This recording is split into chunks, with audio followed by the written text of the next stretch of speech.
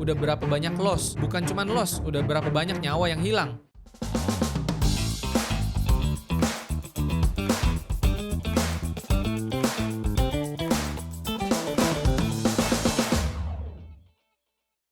Hai sahabat Bangun Indonesia, balik lagi sama aku Amelia Marda dan Bapak Fransiskus. Gak bisa dipungkiri ya, kalau misalkan di luar sana sahabat Bangun Indonesia banyak banget yang memang sudah melek akan finansial. Itu udah keren banget. Tapi banyak juga yang ikut terjebak FOMO. Dalam artian pengen cepet kaya, pengen yang namanya dapat cuan lebih cepat, tapi nggak tahu cara mainnya gimana. Oke, kita akan bahas langsung. Tema kali ini pembahasannya tentang investasi versus spekulasi. Langsung aja, Pak Frans, kira-kira hal mendasar apa yang membedakan antara spekulasi dan investasi? Ya, ini topik yang menurut saya menarik sekali teman-teman, karena apa? Saya pribadi berharap, di negara ini kita, masyarakat lah ya, netizen ataupun siapapun yang memang mau berinvestasi, minimal bisa membedakan apa sih yang dimaksud dengan investasi, apa yang dimaksud dengan spekulasi. Meskipun tantangannya ke depannya akan selalu ada unsur-unsur spekulasi yang kita nggak bisa bikin itu jadi nol. Tapi paling nggak, kalau sekarang saya melihatnya banyak sekali, teman-teman yang ketika kelihatannya berinvestasi, tapi sebenarnya berspekulasi. Nah, makanya Oke. kita akan bahas di kesempatan ini, apa sih sebenarnya investasi dan apa sebenarnya spekulasi. Kalau kita bicara investasi teman-teman, investasi kan sebenarnya gini, kalau di zaman dulu sebelum ada instrumen-instrumen investasi modern ya, kita sebut modern itu kan, kalau di Indonesia bahkan dibandingin di luar negeri atau seperti di Amerika misalkan, bursa saham kita juga tergolong masih muda kan. Baru umurnya berapa berapa tahun dibanding mereka yang dari tahun kalau nggak salah tahun 60-an atau berapa gitu, mereka udah lama sekali cycle-nya gitu. Kita Oke. kan masih terbilang baru gitu. Nah tapi kan bentuk investasi yang pada mulanya, itu contoh yang paling sederhana, yang paling primitif lah kita bicaranya, itu investasi ke dalam bisnis kan. Jadi misalkan ada, katakanlah Adi, nah Adi selalu dipakai namanya. Oke, Pak Adi? Ya, Pak Adi ini punya usaha yang memang dia, pengusaha, mungkin pebisnis yang, mungkin peternak atau dia punya, pertanian dan sebagainya gitu ya. Nah kemudian, dia membutuhkan, modal untuk pengembangan usahanya. Nah biasanya mungkin dia akan, cari teman, saudara, atau tetangga, atau siapa yang menurut dia mungkin dia bisa pinjam modal di sana.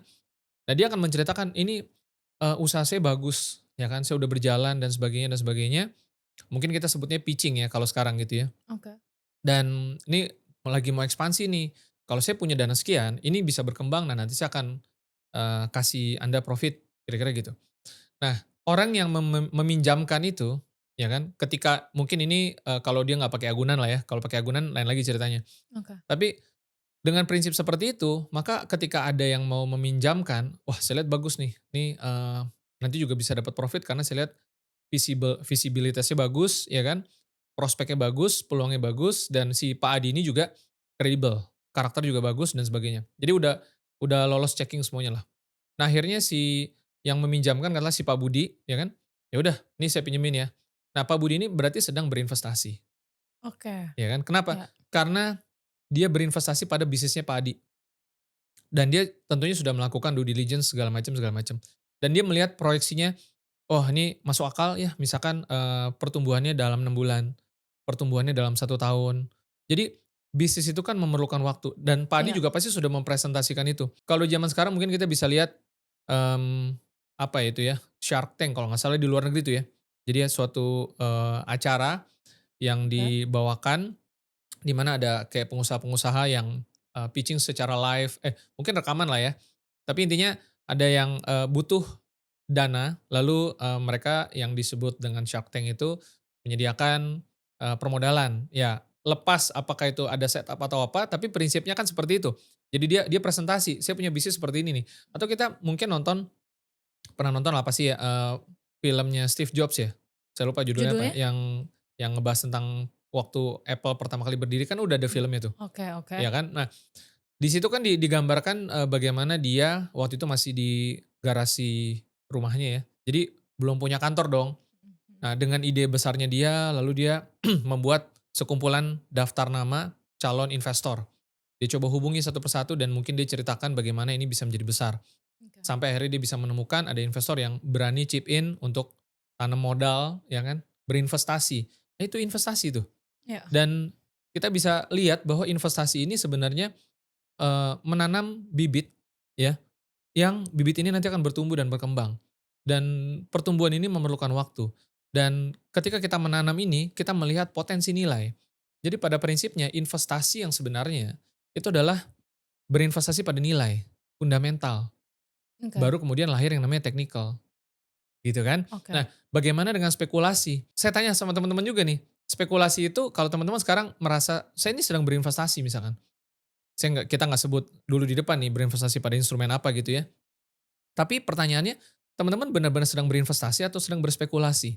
Karena spekulasi itu sebenarnya tidak terlalu melihat fundamentalnya, tapi lebih kepada mungkin memprediksi gitu ya. Ini kayaknya harganya bakal naik. Jadi patokannya adalah, potensi kenaikan harga. Oke. Jadi, ya bahasa kasarnya mungkin YouTuber lain juga udah ada yang sebut gitu ya, nggak beda sama judi, wah ini pasti harganya naik. Bahkan kalau dalam kasus leveraging kan sekarang ada nih misalkan kayak di kripto, kita bisa taruh, long atau short, ya kan. Oke. Apakah kita mau dalam tanda kutip bertaruh bahwa ini nanti akan naik, atau bertaruh ini nanti akan turun? Oh iya? Ada. Oh, aku baru tahu ya guys, maaf ya. Nah poinnya adalah, ya spekulasi itu pada prinsipnya kita menebak, ini bakal naik apa enggak? Ini bakal turun atau enggak? Jadi dan memang tujuannya daripada spekulasi ini, lebih ke jangka pendek, ya kan. Nah, sekarang permasalahannya, teman-teman yang sekarang mungkin sudah berinvestasi gitu ya, di instrumen apapun, sudah tahu belum bahwa investasi dan spekulasi itu berbeda? Karena kita nggak pengen nanti teman-teman ternyata, udah terlanjur emosional dulu gitu ya ketika kita bicara, oh ternyata instrumen ini tuh bisa dikategorikan ke spekulasi. Bahkan sebenarnya instrumen investasi yang real pun, itu tidak lepas dari motif spekulasi, itu juga bisa. Jadi instrumennya udah benar nih, tapi Oke. dia berspekulasi di situ. Oh, jadi intinya kalau spekulasi itu bukan tergantung dari investasi apa, tapi tergantung orang itu memposisikannya gimana. Apa dia eksplorasi dulu atau dia main invest aja ikut-ikutan karena FOMO, kayak gitu ya Pak perbedaannya? Tanpa research dulu, tanpa explore dulu gitu? Iya, jadi kita bisa melihat dari motivasinya, kita bisa melihat dari instrumennya. Karena jangan salah, banyak orang terjebak di aksi spekulasi, padahal memang bukan instrumen investasi. Tetapi ada juga spekulasi yang muncul dari instrumen-instrumen yang saat ini kita sudah sebut dengan investasi. Bahkan kalau kita mau Ya. garap ya, kalau kita mau, bahasakan dengan lebih halus, ya mungkin meskipun ini mungkin bisa menimbulkan kontroversi di publik gitu ya. Mhm. Kan gini ya, manusia tuh pada dasarnya greedy kan, serakah lah. Kita ini, kalau nggak fear ya greed, kita pernah bahas juga. Dan market itu bergejolak karena Ya. faktor fear dan faktor greed gitu ya. Dan kadang karena manusia ini mungkin udah terlalu pintar, bisa saja merekayasa bagaimana suatu instrumen yang pada prinsipnya kalau kita lihat dan kita gali, ini kayaknya lebih mirip aset-aset spekulasi gitu. Dan kalau memang benar demikian secara definisi, ya kan, kita bisa sebut itu juga sebagai perjudian juga, ya kan. Tapi kita nggak mau, agresif banget lah ke sana. Toh pada dasarnya, pada akhirnya segala sesuatu itu, akan dilihat berdasarkan adopsinya seperti apa. Maksudnya ketika udah terlalu banyak orang, mayoritas ya, sudah sampai ke level mayoritas atau bahkan lebih dari 50% gitu ya, yang akhirnya diciptakan yang namanya regulasi dan sebagainya. Kalau kita ngomong kasino, di Indonesia mungkin nggak ada ya kasino ya, eee, kecuali Dono Kasino Indro ya. Aku malah kepikiran ke sana. Enggak, Iya bercanda. iya. Ya maksudnya, ini apa namanya, kasino tuh tempat kita ini kan, gambling ya, main poker apa segala macam gitu kan. Kalau di Mhm. luar negeri kan Las Vegas gitu-gitu ya. Oke. Nah di Indonesia nih, nggak tahu nanti ke depan bakal ada atau enggak. Intinya adalah ada negara-negara yang memang melegalkan kasino, atau tempat kita untuk ya main poker, ya kan, atau, saya nggak tahu lah namanya apa, pokoknya yang 777 lah, kira-kira gitu-gitu tuh, ya kan. Keren gak tuh Ya Kak? intinya sih judi sih, Oke. intinya judi gitu ya. Tapi, legal, diatur, Ya. kira-kira gitu. Nah, kalau kita bicara, eee, yang udah berbau ke sana, dan memang dilegalkan dan sebagainya, artinya kan aturannya dibuat. Oke. Artinya balik lagi, itu apa Ya. sih? Kesepakatan kan? Itu by konsensus, balik lagi kan? Nah, cuman itu kan udah yang halus tuh. Cuman secara prinsip sekarang kalau kita bicara teman-teman retail deh, masuk chip in. Oh saya punya duit 1 juta karena bisa masuk 1 juta atau 10 juta atau bahkan sampai yang banyak kok yang kalau kita balik lagi misalkan bicara ponzi, scam segala macam, itu kan nggak asal muasalnya karena ada aksi spekulasi. Ada suatu, "Wah ini lumayan nih," ya kan, "saya bisa dapat sekian."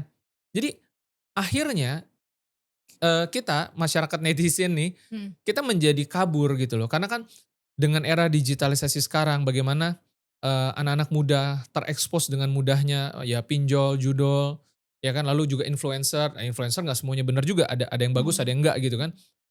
Pokoknya dia kalau udah besar, udah, follower banyak, ya dia punya power tuh, ya kan. Mudah-mudahan ya, power-nya digunakan secara baik, secara bijak gitu ya. Mmm. Tapi poinnya adalah, generasi muda dan teman-teman mungkin, warganet, apapun sebutannya gitu ya, bisa terekspos untuk melihat jalan cepat untuk bisa melipat gandakan uang. Makanya kalau di Indonesia kan kita ngomongnya udah panjang nih ya, ke kanan ke kiri. Banyak banget aksi di Indonesia dulu yang melipat gandakan uang kan. Mungkin masih ingat terjadinya di daerah, sampai kayak semacam perkumpulan, organisasi atau apa, ya kan, dia taruh uangnya, lalu berlipat ganda, akhirnya dia taruh lagi Mhm uangnya. mhm. Itu kan spekulasi, kan sama.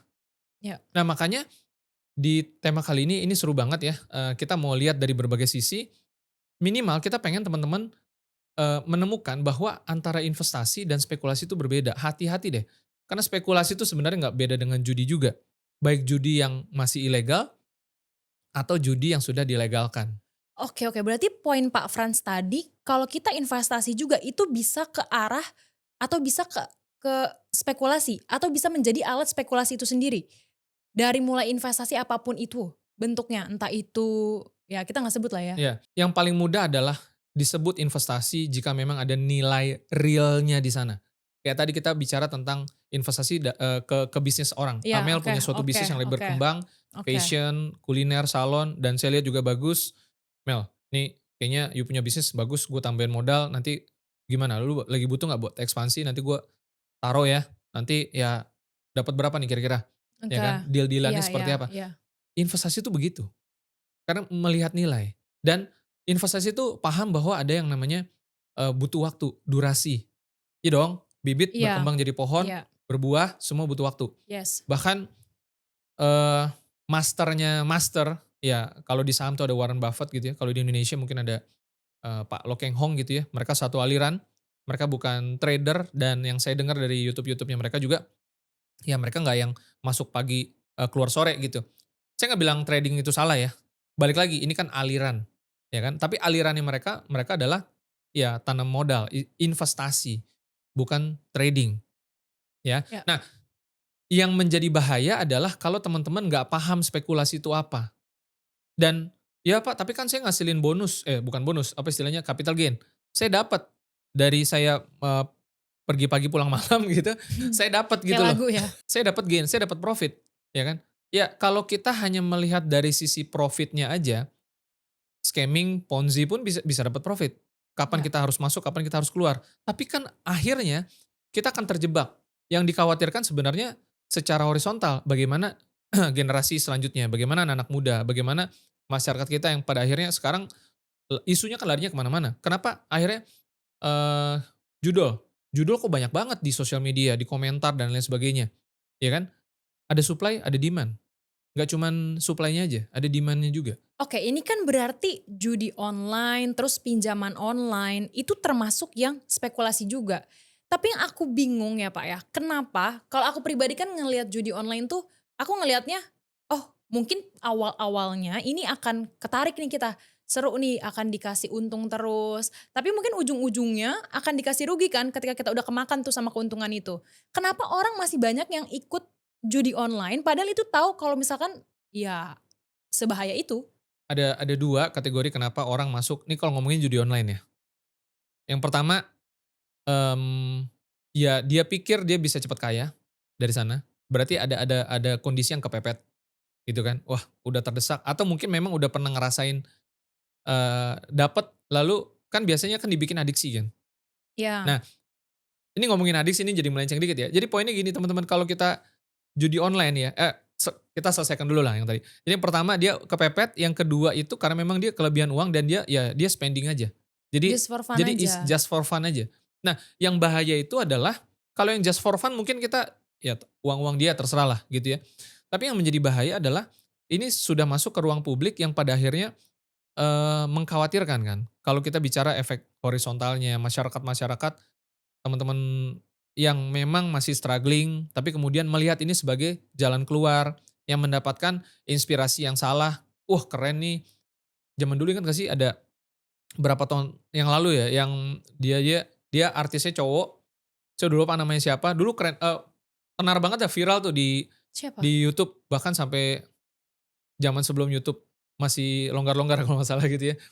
Poni-poni lempar gitu loh, pakai jaket coklat, apa, blazer atau apa gitu. Intinya dia Siapa? kayak robot trading atau apalah, saya Mmm, agak lupa gitu ya. Padahal sebenarnya dia cuman aktor dan dia memang juga dibayar juga. Ini cerita udah oke. udah semua orang udah tahu lah, udah bukan rahasia lagi gitu ya. Tapi sekarang dia juga udah bertobat dan Mmm, intinya ya memang dia aktor yang memang di-hire untuk showing lah, kayak flexing tapi, model iklan. Intinya lu kalau ikut ini, wah keren dah, hidup berubah ya kan, segala oke macam. oke. Iya iya iya. Wah, bla bla bla gitu. Nah, pada akhirnya kan banyak lagi yang kena kan. Teman-teman ya kita perlu melihat, eee, itu investasi atau itu spekulasi. Jadi definisinya harus jelas, ya kan. Kalau teman-teman punya banyak uang just for fun ya gimana ya, ya terserah dah. Tapi kan banyak yang nggak begitu. Dan kita juga bisa lihat yang kemarin kalau kita bahas, di luar negeri kalau nggak salah Ukraina atau apa ya, yang YouTuber tadi, influencer, sampai mungkin karena punya hutang banyak sekali yang akhirnya bunuh diri gara-gara mungkin Iya iya. rungkat ya, Heeh heeh. koinnya atau apa gitu. Ya itu kan menunjukkan, betapa bahayanya gitu loh, ya kan. Nah sekarang kita balik lagi nih, kalau kita bicara, eee, judul atau spekulasi, ya kan, kenapa itu bisa rame? Salah satunya adalah karena mungkin pengen cepet kaya mungkin. Ya ini kan Oke. juga teman-teman bisa, apa ya, bisa kita mesti solving.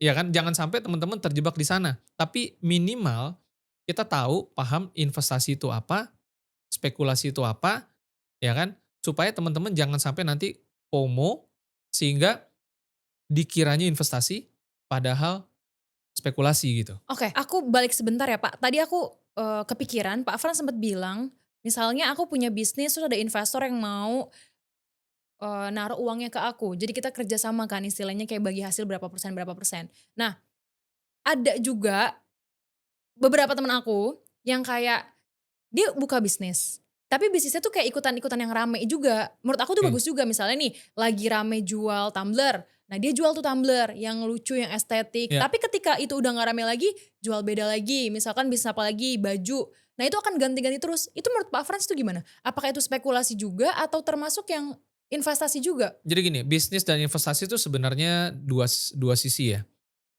dua sisi koin lah. Koin kan ada sisi kiri, sisi kanannya. Dan biasanya memang bisnis dan investasi itu sangat berdekatan. Sangat berkaitan erat, karena investasi pada mulanya itu adalah investasi ke dalam bisnis. Ya, Nah, kalaupun dia memang ganti-ganti bisnis, bisa saja kita berinvestasi pada orangnya, karena kita melihat orangnya itu, bagus ngelola uang, bisa oke. bisa menghasilkan, ya kan. Tetapi kan, ya balik lagi, tergantung ya, maksudnya gini, kalau pertanyaannya secara kasar, kayak gitu gimana, itu masuk ke investasi, asal memang jelas. Oh orang ini memang dikenal baik dalam orang ini dikenal baik dalam mengelola bisnis, mengelola uang. Sehingga uangnya itu dipakai untuk bisnis, bisnisnya jalan. Dan meskipun bisnisnya gonta-ganti, tapi gantinya selalu yang menghasilkan. Ya kan, lalu dia close, lalu ganti lagi, menghasilkan lagi. Apakah itu bisnis? Apakah itu investasi? Sah-sah aja kalau itu disebut investasi. Yang penting memang jelas, konsepnya jelas. Bagaimana akhirnya nilainya bertumbuh dan sebagainya. Yang lebih tinggi lagi tentunya investasinya itu udah masuk ke, ya saham itu pasti masuk ke dalam investasi. Karena awalnya saham itu kan kita bicara fundamental. Kita ambil sebagian dari kepemilikan perusahaan itu, kita berinvestasi di perusahaan itu. Dengan harapan perusahaannya berkembang, labanya naik, kita dapat dividen. Mmm. Dan ketika perusahaannya berkembang otomatis, teorinya sahamnya ikut berkembang. Oh oke, contohnya yang tadi Pak Frans bilang saham, mungkin Bitcoin. Nah ini ngomong-ngomong Bitcoin kayaknya seru nih, kita ngomong Iya masuk ke Bitcoin kali ya Pak ya. iya Karena, Di Bitcoin ini, aku ngedengar dari beberapa informasi. Dan aku ngelihat sendiri memang Bitcoin tuh lagi turun banget sama altcoin. Jujur aku nggak terlalu ngikutin altcoin, tapi aku sedikit banyaknya aku ngikutin Bitcoin.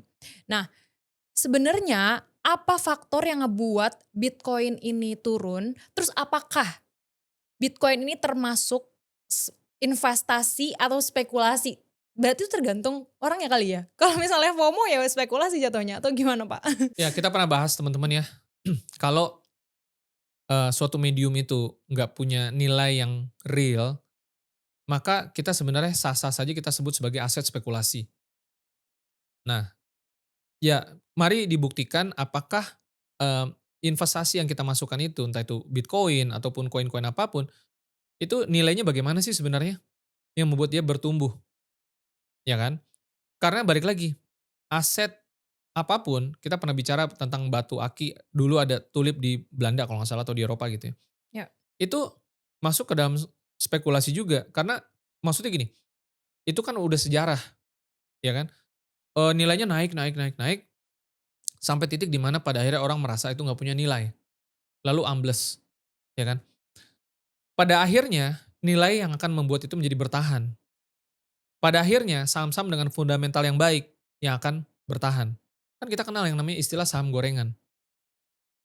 Oh itu kayak gimana tuh? Saham gorengan atau ya sama aja kayak koin gorengan lah, ya kan? Oke. Artinya, mungkin fundamental nggak bagus, tapi karena digoreng, digoreng tuh, "Yuk yuk, bagus nih, beli nih, beli beli," akhirnya naik. Kan secara prinsip Oke. apapun yang dibeli beli beli beli beli, harga naik. Emas dibeli beli beli beli, naik. Perak beli beli beli, naik. Dijual jual jual jual jual, ya turun juga, ya kan? Oversell, overbuy, itu bikin dia naik, dia bikin turun. Selalu ada whale, selalu ada yang posisinya besar, kapitalisasi besar, selalu ada yang retail, selalu ada yang cuman chip in kecil aja. Selalu yang jadi korban adalah mereka yang nilainya nggak Retail besar, kali ya? ya kan? Oh. Kenapa dipom-pom istilahnya? Itu apa, Di Pak? ya ya dipom-pom tuh, "Ayo beli beli beli," ya gitu, Oke. ya kan? Sekarang kita ngomongin Bitcoin deh, ya. Bitcoin ini lagi turun, dengar-dengar katanya udah masuk ke dalam bearish season. Tapi coba teman-teman perhatiin semua influencer dari tahun 2021, ketika dia udah di cycle top lalu turun, semua selalu bilangnya apa? "Belum, ini masih bullish." Itu untuk yang well kali ya? Bukan Ya, untuk yang bagus, untuk yang well bukan retail? ada upaya agar retail tetap masuk. Karena Oke. secara rumus, kalau orang fear, dia jual, dia jual, dijual, dijual, dia turun, ya kan? Nah, memang akan selalu ada pihak yang mengambil keuntungan. Dalam arti, Mmm. kalau dia turun-turun terus, dia mau chip in lagi di bawah. Biasanya well-well yang memang memang punya modal kuat, Mhm. ya dia biarin, dia goyang, dia shake agar retail nggak kuat, lepas harga murah, dia beli lagi, Mhm. ya kan? Nah itulah makanya kita sebutnya ada bandar. Tapi kan prinsipnya balik lagi, ini teman-teman sedang berspekulasi apa sedang berinvestasi? Kalau kalau Oke. kalau misalkan teman-teman uangnya memang banyak, nggak habis nih, mau hilang 1 M juga cuek aja, kita juga kalau ada uangnya ya nggak ada rules-nya lah, terserah mau ngapain kan gitu kan. Tapi kalau kita bicara teman-teman memang mau cari yang real investment, berarti kan investasi itu mesti clear, mesti jelas. Ya Iya. kelompok kan terbagi 2, menengah ke bawah, menengah ke atas. Ada juga yang menengah ke atas sebenarnya juga pengennya masuk yang instrumen investasi. Tapi biasanya kan menengah ke atas ini kan sudah cukup teredukasi ya, well educated lah. Dibanding menengah ke bawah yang mungkin lebih mudah dipom-pom dan sebagainya. Nah, harapannya adalah ini kita bisa bantu teman-teman bagi yang nonton nih. Supaya bisa membedakan mana yang investasi, mana yang Oke. spekulasi, bagaimana menilai itu investasi, bagaimana menilai itu spekulasi, dan kalau memang balik lagi teman-teman udah kelebihan uang, ya terserah terserah sih, ya kan? Mau masuk ke spekulasi, ya kan? Mau mau dalam tanda kutip lah, judi jadinya kan? Ya kalau naik lumayan nih, double duitnya. Kalau kalau rugi ya udah siap juga. Itu ya kita nggak bisa atur juga ya duit-duit teman-teman juga gitu kan. Tapi yang memang benar-benar mau investasi atau mereka yang masih menengah ke bawah, kemarin banyak di TikTok kita kan berargumentasi, Mhm. low risk, high return segala macam. Nah, ini poinnya, kita harus bisa ngelihat tuh definisinya. Oh ini investasi loh. Oke, tadi kan Pak Frans bilang investasi itu tergantung ke diri kita sendiri kan, balik lagi. Kita benar-benar mau investasi, pengen tahu nilainya apa atau memang spekulasi. Yang lagi rame ini kan Bitcoin di luar sana tuh naik atau turun. Pertama yang aku bingung ya Pak ya, ada yang bilang Bitcoin ini akan naik di tahun 2027, 2028 ke harga $200.000. Terus karena faktornya itu didukung sama pemerintah AS. Tapi di sisi lain juga, aku dapat informasi kalau Bitcoin ini turun drastis karena memang, suku bunga AS tuh udah tinggi. Jadi orang banyak yang nggak investasi ke Bitcoin. Jadi tuh yang bener yang mana, Pak? Biar kita tuh atau sahabat bangun Indonesia tuh waspada gitu loh, Pak. Biar hati-hati juga. Ini kan, pasti opini juga ya, opini pribadi ya, dan Oke. teman-teman bisa beropini juga semua sama. Kita lihat altcoin deh, yang secara fundamental, yang secara white paper, yang secara desain, tujuan dibangun dengan dibangun dengan nilai gitu ya, yang memang ada tujuannya. Contoh saya sebut beberapa altcoin deh. Kayak misalkan, ini yang saya tahu ya, ini random aja, mmm, dulu rame Sandbox, itu yang, kayak metaverse gitu kan, Oke. Sandbox itu teman-teman pasti tahu lah yang udah lama di kripto. Lalu juga ada koin namanya OGN atau Origin, lalu juga ada Theta. Ini bukan teman-teman suruh beli ke sana ya, ini bukan nasihat keuangan nih. Cuman maksudnya gini, waktu saya masuk 2021, saya lihat white paper-nya, saya lihat situs resminya, saya lihat bagaimana, mereka membangun apa, dan mereka mau kemana. Dan menurut saya itu bagus. Dan di zaman itu memang, harga mereka tuh luar biasa, ya kan. Tapi sekarang dengan kondisi seperti ini saat Bitcoin lagi, menuju bearish lagi, meskipun ada yang bilang ini, siklus, ini halving lagi dan sebagainya gitu ya. Tapi secara fundamental kita melihat banyak altcoin yang secara, tujuannya dibuat, itu jauh lebih bagus daripada Bitcoin. Oke. Bitcoin dibuat, lalu kuncinya dibuang oleh pemiliknya sehingga nggak ada yang punya, sehingga karakteristiknya dibikin sama dengan emas, ada kelangkaan, tidak ada yang memonopoli, semua orang bisa menambang, ya kan, yang katanya adalah store of value, gitu ya. Tapi banyak koin yang lebih bagus secara tujuan pembuatannya. Kita sekarang bicara tentang Dogecoin. Apa fungsinya Dogecoin? Nggak ada fungsinya. Meskipun kemudian, komunitasnya katanya, "Iya kita sekarang lagi mau ngebangun supaya ada fungsinya dan sebagainya," kayak begitu. Contoh yang contoh yang lain misalkan, koin SHIB ya, Shiba ya, Shiba Coin atau apa, itu Oke. ada juga. Wah, kemarin lomba bareng Dogecoin naik-naikan gitu kan. Dua-duanya tuh kita sebutnya koin memes lah, nggak ada nilainya sebenarnya, ya kan. Nah, Mmm. makanya banyak akhirnya YouTuber juga bilang kan, "Ya ini perjudian legal nih sebenarnya nih, kripto udah." Karena nggak ada nilainya, Oke. ya kan. Nah, makanya sekarang balik lagi kalau kita mau menilai Bitcoin ini nanti seperti apa, saya pribadi ini sekali lagi opini ya, bukan nasihat keuangan gitu ya, tapi saya melihatnya Bitcoin juga nggak ada nilainya. Kita berkaca dengan Dogecoin, dengan Shiba Coin, ya kan, lalu juga dengan yang tadi saya udah sebutkan yang memang secara fundamental jauh lebih bagus kok, ada nilainya, dibangun dengan tujuan ekonomis gitu ya, tapi nyungsepnya parah luar biasa. Kenapa? Market saat ini bisa dibilang ironisnya, mau saham maupun kripto, saat ini market masuk banyak uang itu karena spekulasi. Oke. Dan ya balik lagi kalau kalau Las Vegas disahkan, kalau bukan Las Vegas ya, Las Vegas itu kotanya ya. Kalau kasinonya itu menjadi legal, menjadi sah, lalu orang boleh berjudi di sana, ya kan, ada pajaknya juga dan sebagainya.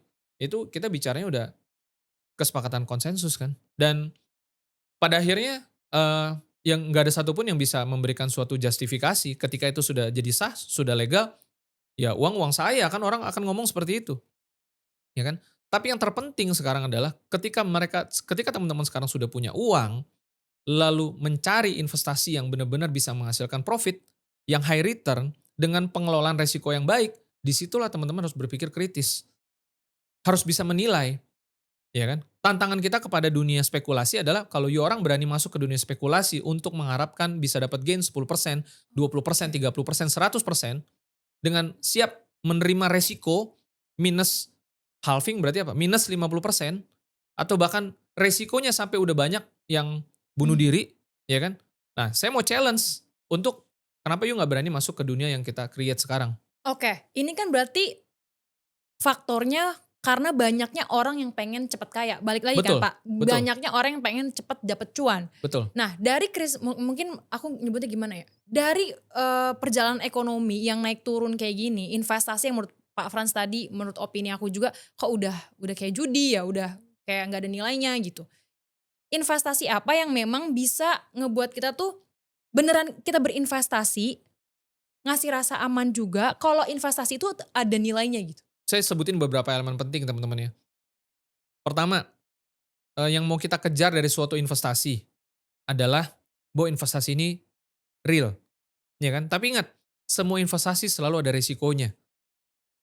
Kita tanam pohon aja, kita nggak tahu persis ini yang bibit yang ini buahnya jumlahnya akan sama nggak dengan bibit yang satunya lagi, ya kan? Makanya ada yang namanya strategi diversifikasi.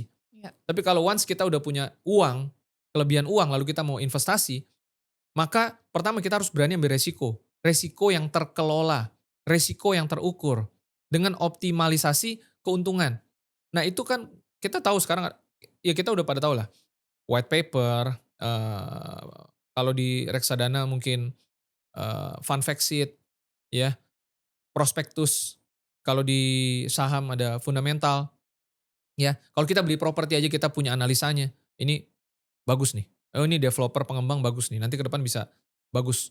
Ini lokasi bagus, Ya, ini harga pasarnya, sekian, ini harga ya. belinya sekian, ini bisa di-generate untuk disewakan per jam, per minggu, per bulan, sekian. Itu semua ada analisanya, itu ada fundamentalnya, itu ada teknikalnya, ya kan. Dan sekarang sudah dipermudah, kalau di Agent Property Indonesia kita berikan analisanya, agar teman-teman bisa segera ambil keputusan, ya kan. Nah, ini peluang yang kita mau tawarkan terutama ya tentunya ke market Indonesia, ya kan. Oke. Daripada kita, eee, habis-habisan di aset spekulasi, udah Ya. berapa banyak loss, bukan cuman loss, udah berapa banyak nyawa yang hilang. Ini mungkin agak dramatis sedikit, tapi Mhm. memang kan seperti itu. Itu sudah jadi, berita publik gitu ya. Kenapa harus tetap bertaruh di sana? Kenapa kita tidak belajar, tidak berpikir kritis dan melihat peluang yang tadinya mungkin kita juga dulu nggak tahu saham itu apa, kita dulu nggak tahu itu kripto itu apa, dan mungkin kita sekarang kita belum tahu apa itu CESI, ya kan. Tapi begitu dibuka dan tahu bagaimana, di situ teman-teman bisa dapat yang namanya low risk, high return investment. Tapi kita sebelum masuk ke Chelsea, ada satu yang menurut aku menarik banget nih. Strategi investasi yang ideal itu seperti apa? Di sini ada defensif, ofensif, atau seimbang? Ini bahasa yang biasa dipakai sama teman-teman investor yang mungkin udah kelas kakap gitu ya, senior gitu ya. Artinya kan gini, disebut ofensif ketika kaitannya dengan resikonya tinggi, volatil gitu ya. Wah ini bisa gainnya besar, tapi tentu ada resiko yang harus dijaga. Dia offense. Ketika dia offense, dia menyerang, dia ya mungkin siap kena tembak kan gitu ya, kalau menyerang ya. Tapi yang bertahan Ya. atau defensif, itu biasanya instrumen investasi yang bisa memberikan resilient atau resistensi ketika terjadi guncangan, kebijakan-kebijakan politik moneter, baik dalam maupun luar negeri, dan harganya sustain. Dia punya harga bertahan. Sebagian mengatakan emas menjadi salah satu instrumen yang bisa defensif. Karena dia nggak volatil yang bagaimana. Dia volatil dalam jangka pendek, tetapi dalam jangka panjang mungkin bisa disebut defensif. Begitu juga properti, tanah dan bangunan. Itu defensif. Nah, tapi bagaimana bisa menemukan instrumen yang bisa ofensif sekaligus defensif. Nah, Ya. ini apakah ini gimmick? Sekali lagi teman-teman yang cari tahu, analisa, kita paparkan, ya kan? Kalau menurut saya, CESI, apalagi kalau nanti teman-teman kita dampingi gitu ya, ini adalah instrumen yang ofensif sekaligus defensif. Kenapa? Karena dia berbasis real asset, defensifnya jelas, clear, ya tanah dan bangunan, itu defensif. Ofensifnya karena due diligence dan mitigasi resiko yang kita lakukan sehingga bisa menghasilkan gain dalam jumlah besar dalam waktu yang relatif singkat. Nah, ini adalah instrumen yang menurut kami ofensif sekaligus defensif. Sekali lagi, by definisi, by data, by historical, kita udah lakukan itu. Kita praktisi, kita bukan teori yang cuma ngomong di depan kamera gitu. Tapi ya, mungkin ada beberapa sahabat Bangun Indonesia yang baru banget nonton nih, loncat ke video ini gitu kan, yang belum tahu investasi Chelsea. Nah, kira-kira misalnya nih, aku sebagai orang awam baru banget nih punya uang, mau jadi investor, mau investasi Chelsea. Hal apa aja yang harus aku pelajarin dulu biar aku ngerti, oh investasi Chelsea ini kayak gini loh, biar aku tuh ngerasa safe gitu loh, Pak? Pertama, harus punya uang. 2, pelajari legalitasnya. Legalitas itu artinya dari kacamata hukum ini seperti apa. Karena kalau kita nggak ngerti, kita selalu ketakutan. Orang yang takut itu mayoritas karena tidak ngerti, tidak paham.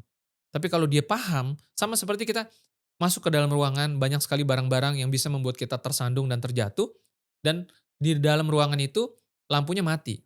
Kita nggak bisa lihat apapun. Maka yang terjadi adalah kita takut. Takut kesandung, takut Iya. jatuh. Ketakutan yang datang karena kita tidak melihat ada apa di depan. Tapi once ketika lampunya dinyalakan, ruangan jadi terang benderang, maka kita bisa tahu, oh berarti kalau saya nggak mau kesandung, saya harus jalani di sebelah mana. Dan bagaimana mengantisipasi. Itu yang itu yang kalau dalam investasi disebut dengan mitigasi resiko. Resiko tuh nggak bisa hilang, nggak bisa nol. Investor tahu itu, makanya disebut low risk dan high risk. Kita bisa kelola, kita bisa mitigasi untuk mengoptimalisasi keuntungan. Semuanya bisa dihitung, bisa diukur. Makanya dalam episode sebelumnya kita pernah bahas kan, CSI surga investasi tanpa Iya. bandar. By definisi, by data itu clear, ya kan? Sekali lagi kalau teman-teman berani, saya berani bertaruh karena saya mau ngejar 20%, saya mau ngejar 30%. Berapa sering sih teman-teman bisa dapat gain 50% di saham? Di Mhm. 20% di saham? Kalau kemarin ada siapa ya namanya ya, YouTuber ya?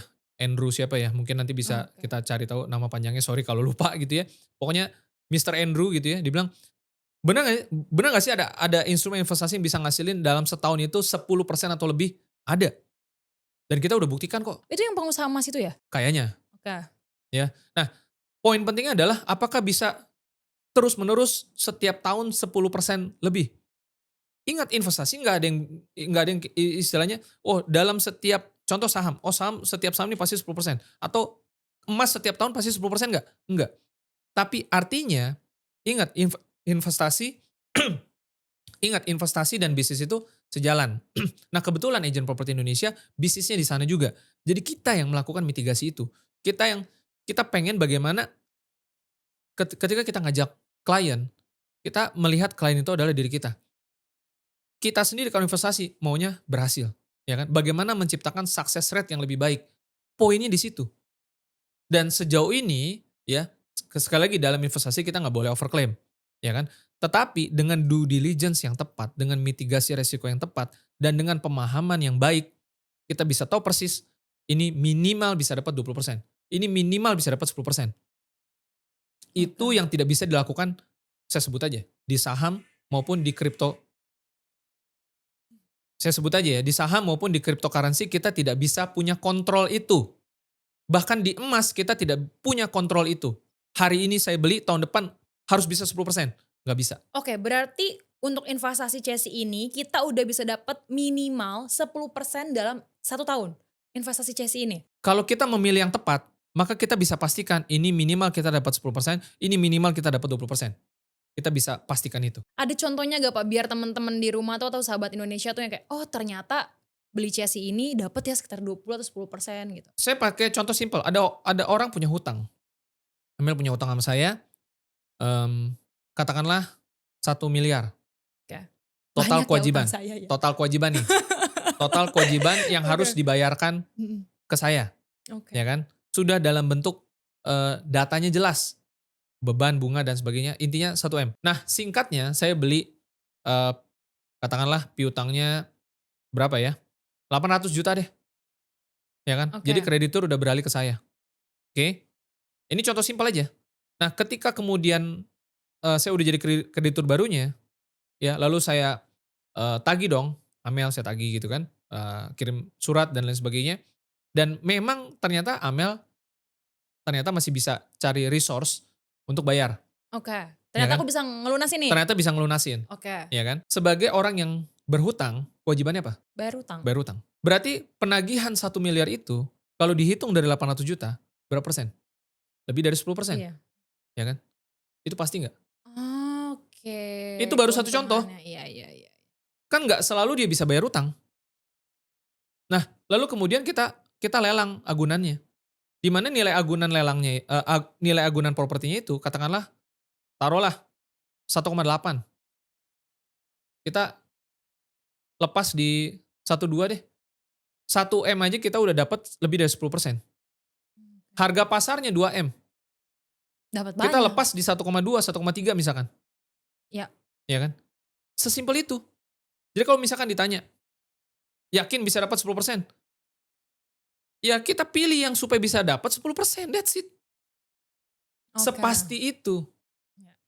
Ya meskipun prosesnya tidak sesimplifikasi itu ya. Ini kan kita kasih contoh logiknya dulu gitu loh. Logikanya dulu. Sedangkan di satu sisi, saya hari ini beli emas 1 kilo. Tahun depan dijamin nggak 10%? Belum tentu. Enggak. Ya mungkin bisa lebih, tapi bisa juga kurang. Ya kan? Hari ini saya beli saham. Tahun depan saya mau dapat 20%. Pasti nggak? Enggak. Cek sahamnya bank paling gede di Indonesia. Lihat dalam 5 tahun terakhir, berapa gennya? Kalau secara rata-rata diukur dalam long term 5 tahun, nggak nyampe 20%, ya kan. Nah di saat dia fluktuasi itu, siapa yang tahu besok naik apa turun. Oke. Kripto sama, oke Pak makanya kita trading, dijamin plus selalu? Enggak juga. Nah challenge saya buat teman-teman adalah untuk melihat adanya potensi low risk high return secara real, dengan backup real asset berupa properti, tanah dan bangunan yang dari dulu sekarang sampai selama-lamanya tanah dan bangunan adalah investasi yang defensif. Dan ini bisa menjadi ofensif kalau sudah berubah menjadi varian yang saat ini kita sedang tawarkan ke teman-teman. Oke, kita udah dikasih banget nih peluangnya ya guys ya untuk investasi, tergantung balik lagi sebenarnya ke teman-teman ya maunya investasi apa. Tapi ini Pak, kita lurusin juga kalau misalkan ada yang bilang nih, ya kan. Aduh investasi Chessy ngapain sih kita beli utang orang ribet banget. Terus ada proses hukumnya lagi. Aduh, malas deh ngelewatin itu semua. Kita tahu itu adalah biasa ya yang terjadi dan secara ringkas nih, karena kita juga udah masuk closing nih kayaknya ya. Teman-teman, itulah makanya kita hadir ya, Agent Property Indonesia sebagai developer Chessy dan lelang untuk membantu. Karena kita paham gitu loh. Uang orang punya lah. You mau beli, sanggup lah. Kalau ditanya, mampu nggak? Ada duitnya nggak? Iya, sanggup, mampu. Ya kan? Tapi toh selama ini, udah tahu belum? Belum kan? Mungkin baru sekarang, baru tahu kan? That's why, daripada pusing, daripada ribet, ikutan aja. Numpang aja di belakang. Kita antar teman-teman nyampe ke sana. Kita sudah carikan yang mana yang minimal ini bisa dapat, minimal ini bisa dapat, ya kan? Dan ingat sekali lagi, resiko pasti akan selalu ada. Disitulah kita kasih. Nih, kenapa ini kita bisa dapat sekian? Ya kan? Ketika ada paper, ada portofolio, ada ringkasan eksekutif kita bicara. Apa gunanya prospektus? Apa gunanya white paper? Apa gunanya laporan keuangan?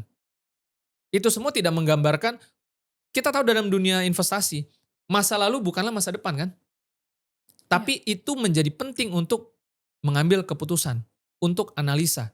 Dan itu kita sudah bantu teman-teman dapatkan itu. Dan Oke. jika semua digabungkan dengan definisinya, saya yakin 1000% teman-teman yang sekarang berani spekulasi 100 juta, 500 juta, 1 M, kalau sudah ngerti definisinya, semua akan naik. Iya, karena dia dari milih untuk investasi yang high risk aja mau. Kenapa ini yang udah pasti Betul, low risk kenapa nggak dicoba? Kenapa harus betul, coba yang high risk? betul, Oke, oke. betul. Mungkin oke, di sini kan kita sebenarnya udah banyak banget bikin video tentang Chessy. Teman-teman bisa banget geser ke video-video awal kalau misalkan mau untuk belajar gitu kan tentang investasi Chessy. Kenapa Prop2Go punya YouTube, aktif di sosial media karena ingin mengedukasi ya kan kalian semua tentang investasi Chessy yang memang sangat-sangat berpeluang untuk para investor ataupun yang investasi mulai dari 800, 700 bisa banget ya Pak ya.